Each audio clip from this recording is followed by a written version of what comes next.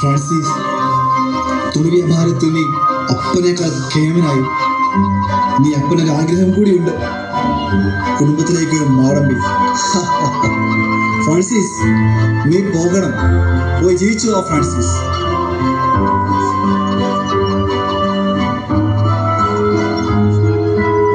കുരിശുദ്ധത്തിനുള്ള താവളം സ്പോളറ്റോ താഴ്വരയാണെന്ന് കേട്ടല്ലോ. ഫ്രാൻസിസ്, ഒരുക്കങ്ങൾ അവിടെ വരെയായി? നിനക്ക് വേണ്ടി നിന്റെ പിതാവ് വിലയേറിയ പടക്കെട്ട് വാങ്ങുന്നത് ഞാൻ കണ്ടിരുന്നു. അപ്പൻ എപ്പോഴും അങ്ങനെയാണ്. എനിക്ക് വേണ്ടി എന്തും അപ്പൻ ചെയ്യും. ആ, ഇനി കുറച്ചു നാളത്തേക്ക് അസീസിക്ക് സമാധാനം കിടന്ന് ഉറങ്ങാലോ. അതെ അതെ, യുദ്ധത്തിന് പോയാൽ നമ്മുടെ പാട്ടും കൂത്തൊന്നും ഇല്ലല്ലോ. എന്നാൽ നാളെ സ്പോളറ്റോയിൽ വെച്ച് കാണാം.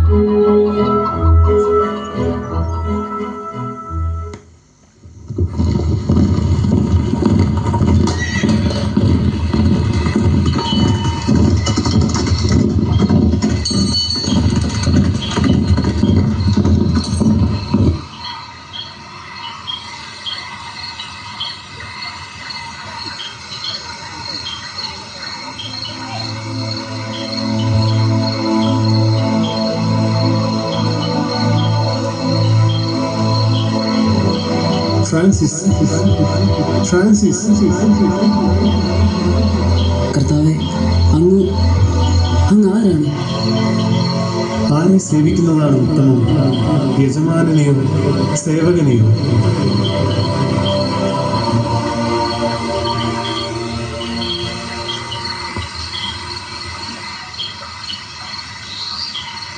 ലിയോ, ലിയോ, ആഞ്ചലോ, ഞാൻ തിരിച്ചു പോവുകയാണ്.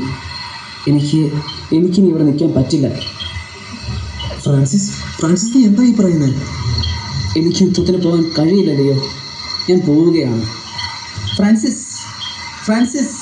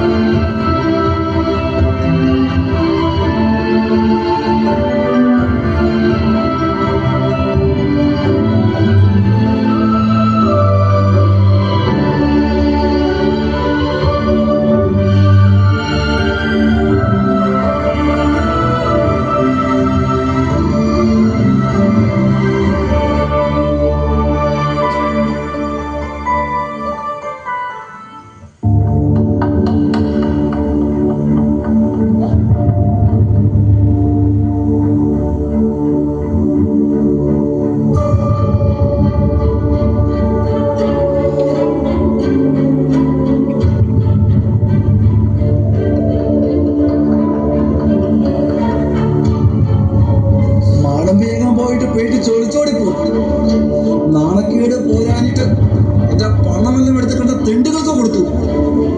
എങ്ങനെ കുഷ്ഠരോഗികളുടെ കൂട്ട് ആ പൊട്ടിപ്പൊളിഞ്ഞ പള്ളിയിലാകെ സദാസമയവും.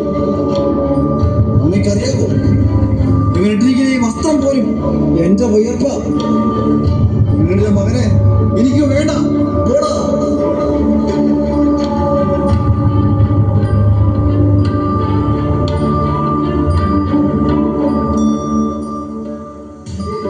ഇതുവരെയും പീറ്റർ ബെർണാദോയെ ഞാൻ അപ്പ എന്ന് വിളിച്ചു. ഇന്നു മുതൽ സ്വർഗസ്ഥനായ പിതാവാണ് എൻ്റെ അപ്പൻ.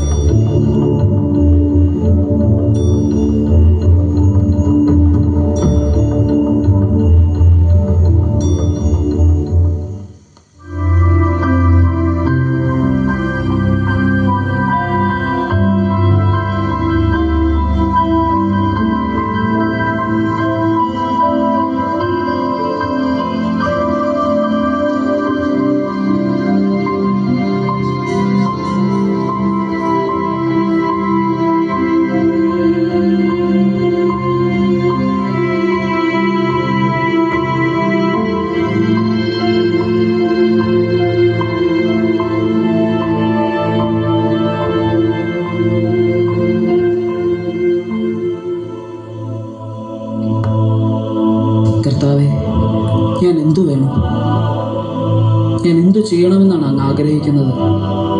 കർത്താവെ, ഞാൻ എന്തു വേണം?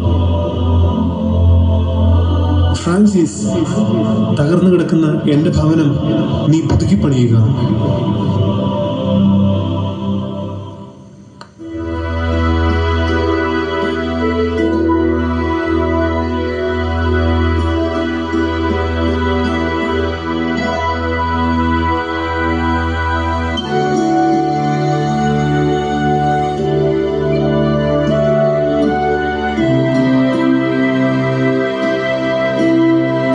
ഫ്രാൻസിസ്, ഞങ്ങളും നിന്റെ കൂടെ കൂടിക്കോട്ടെ?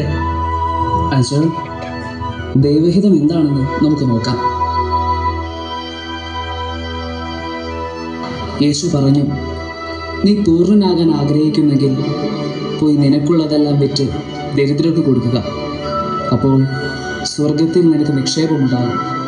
പിന്നെ വന്ന് എന്നെ അനുഗമിക്കുക. ദൈവത്തിൻ്റെ ഇഷ്ടം അതാണെങ്കിൽ അങ്ങനെയാകട്ടെ.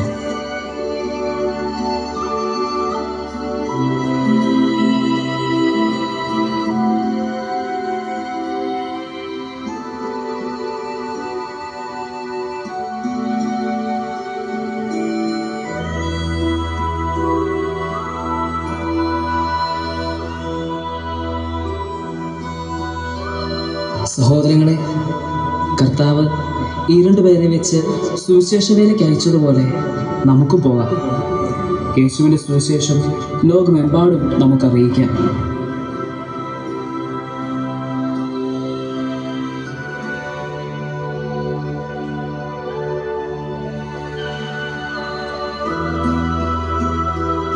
ഫ്രാൻസിസ്, എന്താണ് ഈ ലോകം മുഴുവൻ നിന്റെ പിന്നാലെ വരാൻ? ആദ്യം ഞങ്ങൾ, പിന്നെ പ്രഭുകുമാരി ക്ലാരയും, ഇപ്പോൾ അവരൊരു വലിയ സമൂഹമായിരിക്കുന്നു. വിവാഹിതരായവർ പോലും നിന്നിൽ ആകൃഷ്ടരാകുന്നു. എന്താണ് ഫ്രാൻസിസ് നിന്റെ പ്രത്യേകത? ലിയോ, നീ വായിച്ചിട്ടില്ലേ? വിജ്ഞാനികളെ ലജ്ജിപ്പിക്കാൻ ലോകദൃഷ്ടിയിൽ ഭോഷന്മാരായവരെ ദൈവം തിരഞ്ഞെടുത്തു. ശക്തമായവയെ ലജ്ജിപ്പിക്കാൻ ലോകദൃഷ്ടിയിൽ അശക്തമായവയെ. എന്തെന്നാൽ ദൈവത്തിൻ്റെ ഭോഷത്വം മനുഷ്യരെക്കാൾ ജ്ഞാനമുള്ളതും ദൈവത്തിൻ്റെ ബലഹീനത മനുഷ്യരെക്കാൾ ശക്തവുമാണ്. ലിയോ, ദൈവകൃപയില്ലെങ്കിൽ ഏതൊരു കുറ്റവാളിയേക്കാളും നികൃഷ്ടനായനെ ഞാൻ. ഇത്രയും നടന്നിട്ടും നമ്മൾ ഇതുവരെ ഒന്നും പ്രസംഗിച്ചില്ലല്ലോ ഫ്രാൻസിസ്. നാം പ്രസംഗിച്ചുകൊണ്ടിരിക്കുകയായിരുന്നല്ലോ ലിയോ. എപ്പോഴും സുവിശേഷം പ്രസംഗിക്കുക. ആവശ്യമുള്ളപ്പോൾ മാത്രം വാക്കുകൾ ഉപയോഗിക്കുക. ഇതുവരെ കൂടാരങ്ങളൊന്നും കണ്ടില്ലല്ലോ ഫ്രാൻസിസ്. മൊറോക്കോയിലേക്ക് ഇനി എത്ര ദൂരം കൂടിയുണ്ട്? എനിക്കാണെങ്കിൽ ദാഹിച്ചിട്ട് വയ്യ. എങ്ങനെയാ സുൽത്താൻ്റെ അടുത്തെത്താനാ? ദൈവം ഒരു വഴി കാണിച്ചു തരില്ലയോ?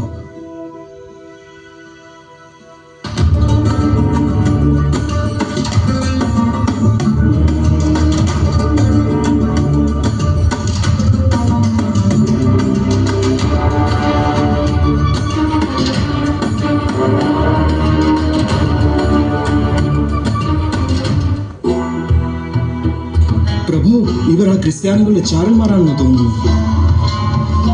ചാരന്മാർ? ഇവരെ കണ്ടിട്ട് ഏതോ ദരിദ്ര രാജ്യത്തിൽ നിന്നും വരുന്നവരാണെന്ന് തോന്നുന്നു. ഞങ്ങൾ ക്രിസ്തുവിന്റെ പടയാളികളാണ്. അപ്പോൾ നിങ്ങളും ഞങ്ങളോട് ജെറുസലേം പിടിച്ചെടുക്കാൻ വന്നതാണോ? ജെറുസലേം അല്ല സുൽത്താൻ, ക്രിസ്തുവിന് വേണ്ടി ഹൃദയങ്ങളെ പിടിച്ചടക്കാൻ വന്നതാണ് ഞങ്ങൾ.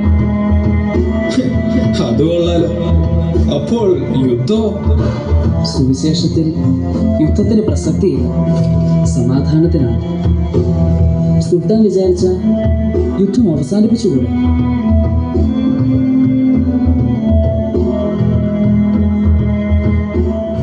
നിന്നെ പോലെ ചിന്തിക്കുന്നവർ വളരെ കുറവാണ്. എനിക്ക് നിന്നെ മനസ്സിലാകും.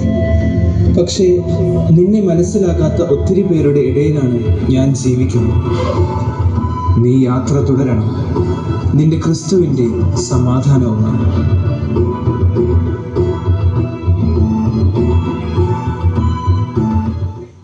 മൊറോക്കോയിലേക്കുള്ള മിഷൻ യാത്ര ഫ്രാൻസിസിനെ ക്ഷീണിതനാക്കി. മറുവശത്ത് ദൈവം തനിക്ക് വെളിപ്പെടുത്തിയ ചൈതന്യം പിന്തുടരാത്ത സഹോദരരുടെ പ്രവർത്തനങ്ങൾ മാനസികമായി അദ്ദേഹത്തെ തളർത്തി. എങ്കിലും ക്രിസ്തുവിനോട് അനുരൂപനാകാനുള്ള ആഗ്രഹം മാത്രം കെടാതെ ജ്വലിച്ചുകൊണ്ടിരുന്നു. ആ തീവ്രമായ ആഗ്രഹത്തോടെ അദ്ദേഹം അൽവരണമലയിൽ പ്രാർത്ഥനാ നിരതനായിരുന്നു.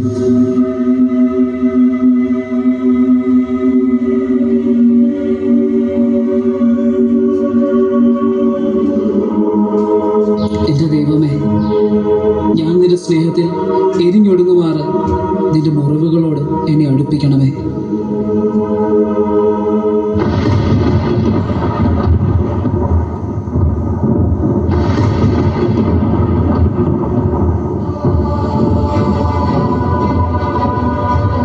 എൻ്റെ ദൈവമേ, എൻ്റെ സർവസ്വമേ,